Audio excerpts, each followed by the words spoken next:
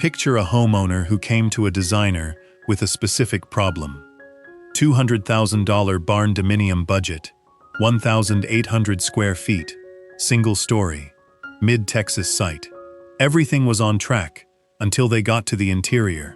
They wanted a home studio, photography workspace, consistent natural light throughout the day, not morning light that turns into harsh afternoon shadows, not a south-facing window that's great at 9 a.m. and a glare problem by noon. Consistent, diffused, all day. And the standard barndominium roof, one continuous plane, couldn't get there. Not with a standard roof. So the roof got broken. And what came out of that is the reason architects who discover the Sawtooth Barndominium can't stop designing them. Here's the whole story.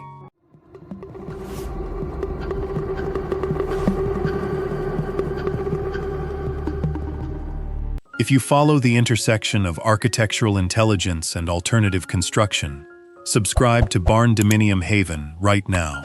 Hit the bell. Stay till the cost section, because the Sawtooth Barndominium's economics in 2026 are going to reframe how you think about what a roof premium is actually buying you. Let's get into it. Here's the specific problem this design solves. A photography studio needs north light, not east light. Not west light, not south light, north light. If you're not a photographer, north light is the holy grail of studio lighting. It's consistent throughout the day because the north face never receives direct sun in the northern hemisphere. No harsh shadows from a sun moving across the sky. Just steady, diffused, constant illumination. The light at 8 a.m. looks exactly like the light at 4 p.m. Every professional photography studio, every serious artist's atelier, every architect's drafting room, from the 19th century until fluorescent lights made it optional, was north lit. The problem with a barndominium, a standard single-slope or gable-roofed building, is that north light from a wall window is limited by the wall's height. A 10-foot wall gives you 10 feet of north-facing glass. The light enters horizontally, which means it penetrates only so far into the building before it becomes reflected light off the floor, not direct north light. For a 40-foot wide studio, a north wall window illuminates roughly the first 15 to 20 feet of depth consistently. The back 20 to 25 feet of the studio is in the shadow of the building's own depth. $200,000 building, 1,800 square feet, and half the studio is underlit. That's the problem. Let me define this precisely, because sawtooth is one of those terms people have heard but rarely seen explained properly. A sawtooth roof is a series of parallel ridges, each ridge composed of two asymmetrical slopes. One slope is shallow, typically 10 to 15 degrees, facing away from the light source. The structural face, the weathering face, the metal panel face. One slope is steep, typically 60 to 90 degrees, facing the light source. The glazed face, the light-admitting face. The profile, from the side, looks exactly like a carpenter's handsaw, alternating shallow metal slopes and steep glazed faces, repeating across the width of the building, like teeth on a saw. In a barndominium context, the shallow slopes are standard corrugated steel panels, the same material as the rest of the building. The steep glazed faces are thermally broken aluminum-framed glazing, oriented north, running the full length of the building. 2 to 4 repetitions of the tooth pattern across the building's width, each glazed face delivering light from above and north simultaneously, to every point on the floor, regardless of depth. Here's what the sawtooth does that the wall window can't. A north wall window delivers light horizontally. It enters at eye level and travels across the room, useful for the first 15 to 20 feet, useless beyond that. A sawtooth north glazing face delivers light from above. It enters at a downward angle, because the glazed face is steep and high relative to the floor. which means the light isn't blocked by the building's own depth. It falls from above into every part of the room simultaneously. The light at the front of the studio, directly below the glazing, and the light at the back, 40 feet from the wall, are the same quality, the same diffusion, the same consistency, the same color temperature, because both positions receive light from the same north-facing glazed face at the same angle from above. The roof isn't a ceiling anymore, it's a light delivery system. And when you understand that, when you realize that the roof doesn't have to be a passive weather barrier, that it can be an active architectural element, managing light quality throughout the interior, you start looking at every flat-roofed, simple-slope, gabled barndominium you've ever seen and thinking, what is it leaving on the table? The answer, in most cases, is a lot. Let's go deeper on what Northlight actually does to a space. Because this isn't just about photography studios. The consistent, diffused quality of Northlight is the most flattering and most useful light quality for any interior activity that involves visual judgment, color rendering, detail work, reading and writing, art and craft. Any activity where you need to see accurately, rather than just see, benefits from consistent, diffused north light. In a conventional home, you don't get to choose the quality of light in your interior. You get whatever the sun's position and your window placement delivers, which changes dramatically throughout the day and throughout the seasons. In a Sawtooth Barndominium with north-facing glazing, the light quality in the primary studio or workspace is essentially constant. 9 a.m. in January and 4 p.m. in July, same light, same color, same shadow quality. That consistency, for anyone who works visually, is not a luxury. It's the difference between a workspace that fights you and a workspace that supports you.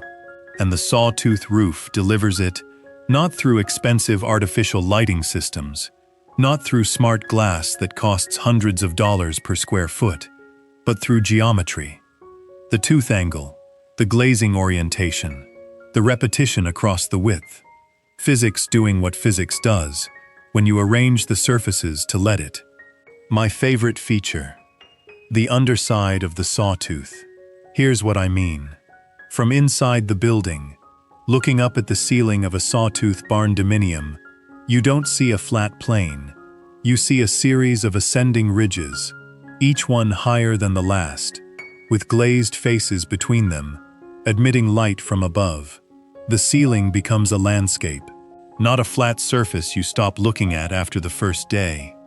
A continuous topography of alternating steel and glass, dynamic, changing character as the light source moves.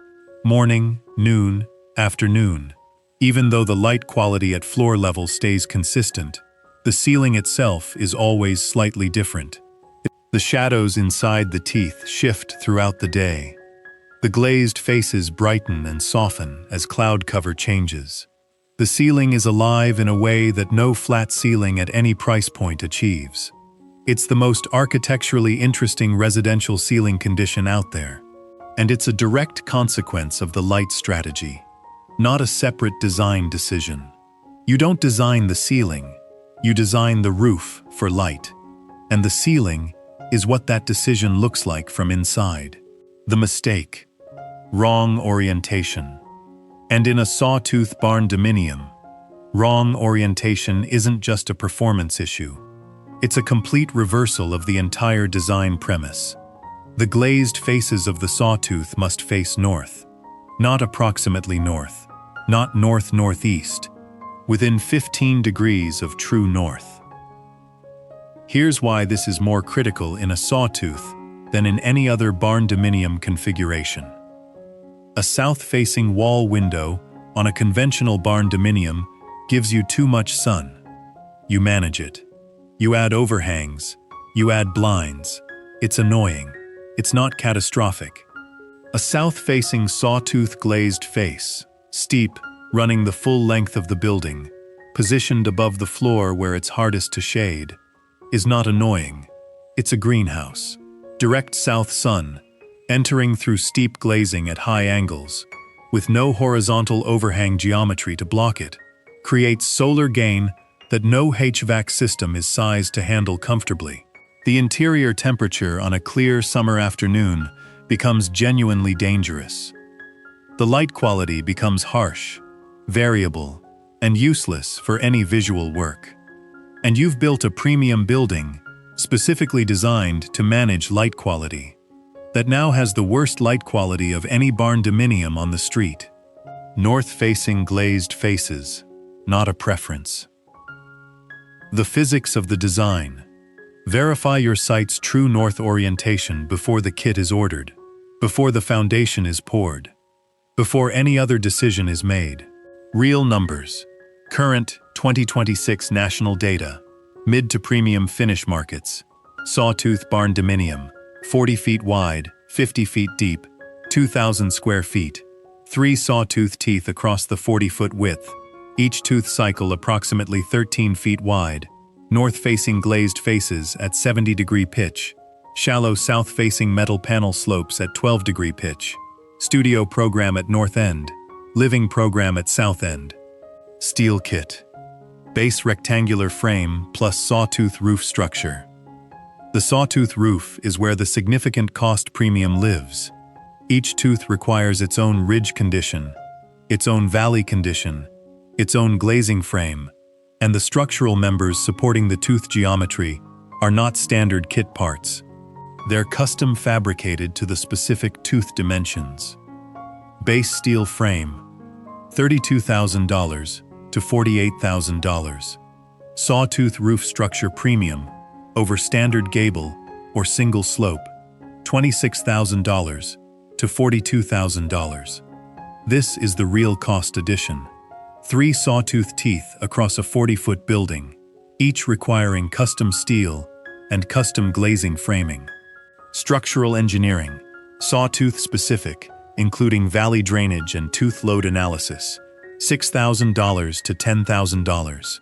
North-facing glazing, 3 glazed faces, thermally broken aluminum-framed units, each approximately 13 feet wide by 8 feet tall.